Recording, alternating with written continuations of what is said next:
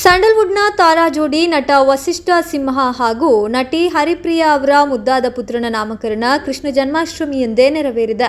ಈ ವಿಶೇಷ ದಿನವೇ ತಮ್ಮ ಮುದ್ದು ಕೃಷ್ಣನಿಗೆ ಸಿಂಹಪ್ರಿಯ ಜೋಡಿ ವಿಶೇಷ ಹೆಸರನ್ನ ಇಟ್ಟಿದೆ. ಈ ಅದ್ದೂರಿ ನಾಮಕರಣ ಮಹೋತ್ಸವಕ್ಕೆ ಸೆಲೆಬ್ರಿಟಿಗಳು ಕೂಡ ಸಾಕ್ಷಿಯಾಗಿದ್ದಾರೆ. ಇನ್ನು ಹರಿಪ್ರಿಯಾ ಅವರ ಪುತ್ರನಿಗೆ ಇಟ್ಟಿರುವಂತಹ ಹೆಸರು ಕೂಡ ಮುದ್ದಾಗಿದೆ. ಈ ಜೋಡಿಗೆ ಮಗು ಜನಿಸಿ ಹಲವು ತಿಂಗಳಾದರೂ ಎಲ್ಲಿಯೂ ಸಾರ್ವಜನಿಕವಾಗಿ ಮುಖ ತೋರಿಸಿರಲಿಲ್ಲ. ನಾಮಕರಣ ಮಾಡುವ ಮೂಲಕ ತಮ್ಮ ಪುತ್ರನನ್ನ ಎಲ್ಲರಿಗೆ ಪರಿಚಯಿಸಿದ್ದಾರೆ. ಇಡೀ ಕುಟುಂಬ ಹಳದಿ ಬಣ್ಣದ ವಿಶೇಷ ಉಡುಗೆ ತೊಟ್ಟು ಮಿಂಚಿದೆ. ಕೃಷ್ಣ ಜನ್ಮಾಷ್ಟಮಿಯ ವಿಶೇಷ ದಿನದಂದೇ ಮಗನ ನಾಮಕರಣ ನೆರವೇರಿದ್ದು ಮಗನಿಗೆ ವಿಪ್ರ ಎನ್ ಸಿಂಹ ಎಂದು ಹೆಸರಿಡಲಾಗಿದೆ. ಇನ್ನು ಮಗನಿಗೆ ಇಟ್ಟಿರೋ ವಿಪ್ರ ಎಂಬ ಹೆಸರಿನ ಬಗ್ಗೆ ಅರ್ಥೈಸಿರುವ ನಟಿ ಹರಿಪ್ರಿಯಾ, ನಮ್ಮಿಬ್ಬರ ಹೆಸರಿನ ಮೊದಲಿನ ಅಕ್ಷರಗಳಾದ ವಿ ಹಾಗೂ ಹೆಚ್ ಎರಡು ಅವನ ಹೆಸರಲ್ಲಿದೆ.